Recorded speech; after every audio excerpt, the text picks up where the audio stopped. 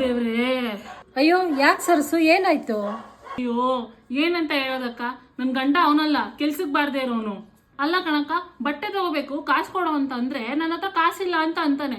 ಮುಂಚೆ ತರಕಾರಿ ತರಕ್ಕೆ ಅಂತ ಕೊಡ್ತಾ ಇದ್ದಿದ್ ಕಾಸಲ್ಲಿ 10-20 ಮಿಕ್ತಾ ಇತ್ತು. ಅದ್ರಲ್ಲಿ ಅವಾಗ ನಾನು ಐಬ್ರೋ ಎಲ್ಲ ಮಾಡಿಸ್ಕೊತಾ ಇದ್ದೆ. ಇವಾಗ ನೋಡು ಎಷ್ಟು ಬೆಳ್ದೈತೆ. ನಾನು ಐಬ್ರೋ ಮಾಡಿಸಿ ಎಷ್ಟು ತಿಂಗಳಾಯ್ತು ಗೊತ್ತಾ? ಎಲ್ಲ ಆನ್ಲೈನಲ್ಲಿ ಆರ್ಡರ್ ಮಾಡ್ತಾನೆ. ₹1 ನಾನು ಕೇಳ್ಕೊಡಲ್ಲ. ಬಂದ ಅಮ್ಮ ಬಾವಿಂದು ನೋಡು, ಮದುವೆ ಆದ್ಮೇಲೆ ನಿನ್ ಪರಿಸ್ಥಿತಿನೂ ಇದೆ. ಒಂದು ಐಬ್ರೋ ಇಂದ ಹಿಡ್ದು ಬಟ್ಟೆವರೆಗೂ ಎಲ್ಲದಕ್ಕೂ ಗಂಡನ ಮುಂದೆನೇ ಕೈ ಚಾಚಬೇಕು.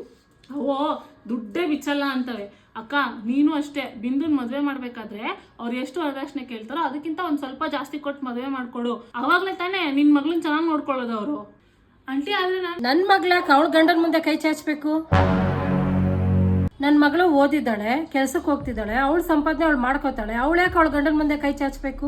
ಅಲ್ಲ ಸರ್ಸು, ಇನ್ನೂ ವರದಕ್ಷಿಣೆ ಜಾಸ್ತಿ ಕೊಡು ಅಂತ ಹೇಳ್ತೀಯಲ್ಲ, ಅವ್ರು ಏನಾದ್ರೂ ನನ್ ಮುಂದೆ ಕುತ್ಕೊಂಡು ವರದಕ್ಷಿಣೆ ಕೇಳಿದ್ರೆ ಎದ್ದೋಗ್ರಿ ಆಚೆಗೆ ಅಂತ ಹೇಳ್ತೀನಿ.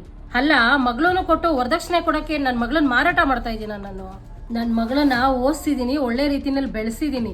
ಇನ್ನೂ ನನ್ ಮಗಳನ್ನ ಮದ್ವೆ ಆಗೋದಕ್ಕೆ ಅವನೇ ವರದಕ್ಷಿಣೆ ಕೊಟ್ಟು ಮದ್ವೆ ಮಾಡ್ಕೋಬೇಕು. ಏನಕ್ಕ ಹಿಂಗಂತ್ಯ? ನಮ್ಮಪ್ಪ ಕೊಟ್ಟಿ ಮದುವೆ ಮಾಡಿಲ್ವ ನಂಗೆ ವರದಕ್ಷಿಣೆನ?